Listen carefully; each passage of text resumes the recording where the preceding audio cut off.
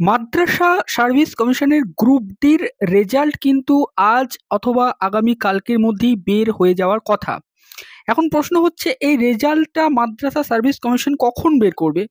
কিভাবে আপনারা দেখবেন এই রেজাল্ট এবং এই রেজাল্টের পরে কি আবারও কোর্ট কেস হবে? নাকি মাদ্রাসা সার্ভিস কমিশন এখন আর রেজাল্ট বের করতে পারবে না? এই সমস্ত বিষয়গুলো নিয়ে আজকের এই ভিডিওতে আলোচনা করব। অনুরোধ করব আপনারা এই ভিডিওটা পুরোটা দেখবেন, কোনো অংশে স্কিপ না করে। আপনাদের প্রথম যে প্রশ্ন, যে রেজাল্টটা কখন বের হবে? দেখুন, ডিভিশন বেঞ্চের যে অর্ডার ছিল সেই অর্ডার অনুযায়ী পরিষ্কার বলা ছিল, 13ই জুন সম্ভবত ডিভিশন বেঞ্চ থেকে অর্ডার দেওয়া হয়েছিল।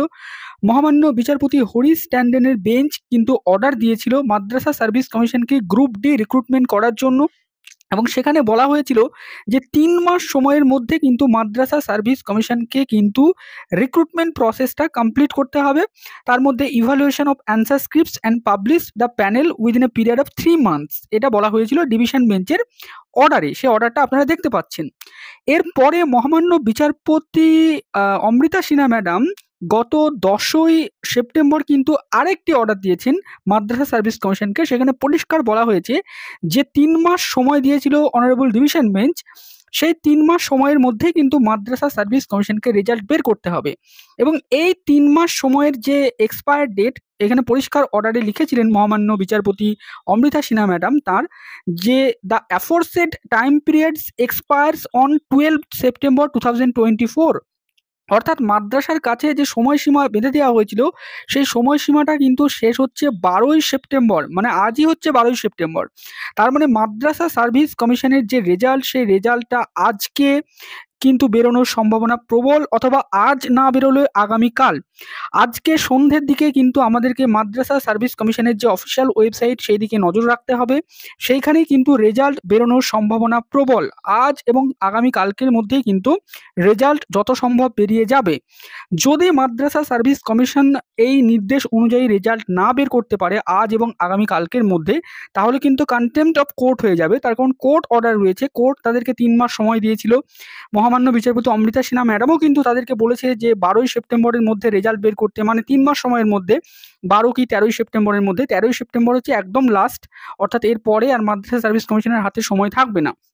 তাহলে মাদ্রাসা সার্ভিস কমিশনকে কিন্তু সেটা স্ট্রিক্টলি ফলো করতে বলা হয়েছিল। এখানে মহামান্য বিচারপতি অমৃতা সিনহা ম্যাডাম তার অর্ডারে পরিষ্কার বলেছিলেন যে the commission is directed to act in strict accordance to the direction passed by the honourable division bench.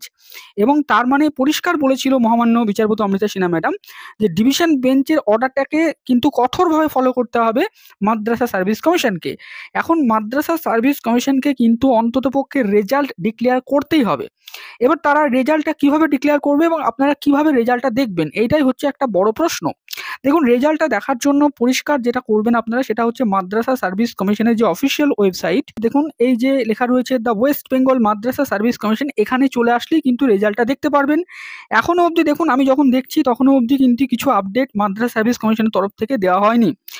কোথায় রেজাল্ট দেখবেন? এই যে দেখুন লেখা রয়েছে first SLST non teaching staff group D বলে। এখানে দেখুন এখনো অবধি রেজাল্টের ব্যাপারে কিছুই আপডেট দেওয়া হয়নি। আগেকার যা আপডেটগুলো ছিল সেগুলোই দেওয়া রয়েছে, এখানেই কিন্তু আপডেট চলে আসবে। এছাড়াও নিচের যে ইম্পর্টেন্ট নোটিশ সেকশন, এখানেও কিন্তু কিছু আপডেট এখনো অবধি আসেনি, এখানেও কিন্তু আপডেট চলে আসবে। এবং আপনারা এখানে নোটিশ সেকশনে গিয়েও কিন্তু এই বিষয়টা দেখতে পারেন। দেখুন দ্য কমিশন বলে লেখা রয়েছে, লাস্ট আপডেট এসছে মাদ্রাসা সার্ভিস কমিশনের থেকে অগাস্ট 24 অন্য একটি ম্যাটারে, যেটা জেনারেল ট্রান্সফার। এবং লাস্ট হচ্ছে মাদ্রাসা সার্ভিস কমিশনের গ্রুপ ডি নিয়ে 11ই অগাস্ট, এখানে ডাউনলোড অ্যাডমিট কার্ড নিয়ে এখানে দেওয়া হয়েছে একটা। তো এই বিষয়গুলো দেওয়া হয়েছে। এই যে হোম পেজ, এখানে এলেই কিন্তু আপনারা রেজাল্ট দেখতে পারবেন। তো মাদ্রাসা সার্ভিস কমিশনের তরফ থেকে এখনো অবধি কোনো রেজাল্টের বিষয়ে কোনো কিছু ডিক্লেয়ার করা হয়নি, এখানেই আপনারা রেজাল্টটা দেখতে পারবেন। এবার রেজাল্টটা নিয়ে আমরাও কিন্তু আপনাদের সঙ্গে সঙ্গে জানিয়ে দেবো ভিডিও করে। আপনারা আমাদের এই চ্যানেলটি ফলো করে রাখবেন। যে মুহূর্তে রেজাল্ট সংক্রান্ত কোনো আপডেট আসবে আমরা আপনাদেরকে দ্রুত জানিয়ে দেবো। যারা যারা রেজাল্টের জন্য অধীর আগ্রহে রয়েছেন তারা কিন্তু জানতে পারবেন।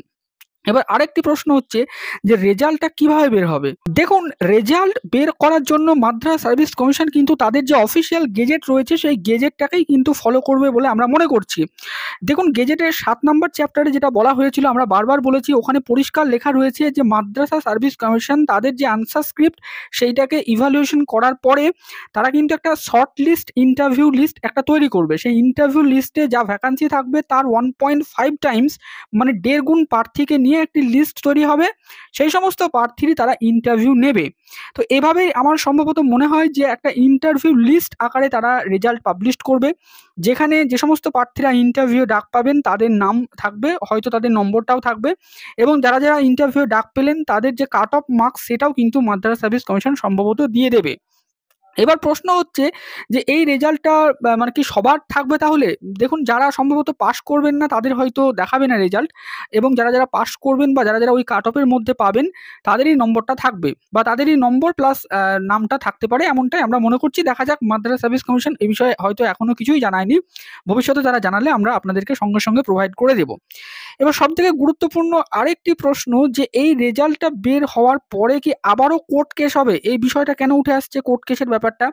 তার কারণ অলরেডি মাদ্রাসা গ্রুপ ডি নিয়ে একটি কোর্ট কেস হয়ে গেছে। সেই কোর্ট কেসটা হয়েছে এই কারণেই যে মাদ্রাসা সার্ভিস কমিশন যে নতুন করে ৭৩,৯৭৮ প্রার্থীর পরীক্ষা নিয়েছে, সেই পরীক্ষাটাকে ক্যান্সেল করার জন্য কোর্ট কেস হয়েছে।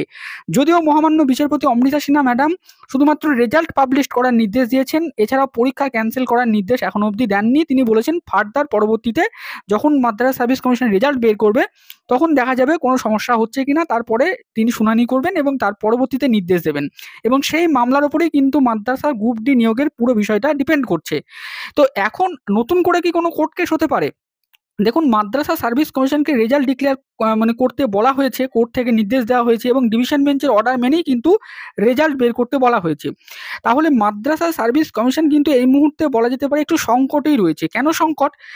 তারা ২৪,৫৭৭ জন প্রার্থীর আগে পরীক্ষা নিয়েছিল। এবার সেই ২৪,৫৭৭ জন প্রার্থী বলছে যে তাদেরকে নিয়েই শুধু রেজাল্ট ডিক্লেয়ার করতে হবে।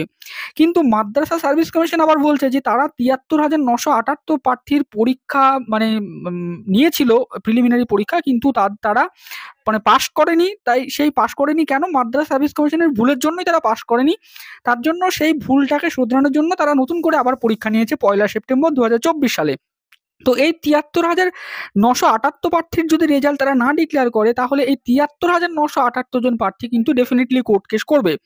এবার তারপরে যদি মাদ্রাসা সার্ভিস কমিশন এখন ৭৩,৯৭৮ প্রার্থী এবং ২৪,৫৭৭ প্রার্থীকে নিয়েও যদি রেজাল্ট ডিক্লেয়ার করে, তাহলেও কিন্তু নতুন করে কোর্ট কেস হতে পারে, অথবা ওই যে কোর্ট কেসটা চলছে মহামান্য বিচারপতি অমৃতা সিনহার বেঞ্চে, সেখানে কিন্তু নানা ক্যান ফাইল হয়ে যেতে পারে। তো এমনটা আমরা মনে করছি। আগামী দিন দেখা যাক এই নিয়ে কি হয়। আপাত অর্থে রেজাল্টটা বের হোক, এটাই আমরা চাই।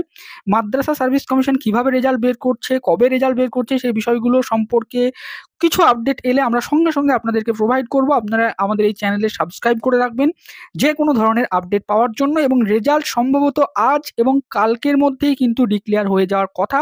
সেটা না হলে কিন্তু কোর্টে আবার কন্টেম্প্ট মামলা ফাইল হয়ে যেতে পারে। তো আজকের এই ভিডিওটা এই পর্যন্তই। ভিডিওটা শেষ অবধি দেখার জন্য আপনাদের সকলকে জানাই অসংখ্য ধন্যবাদ।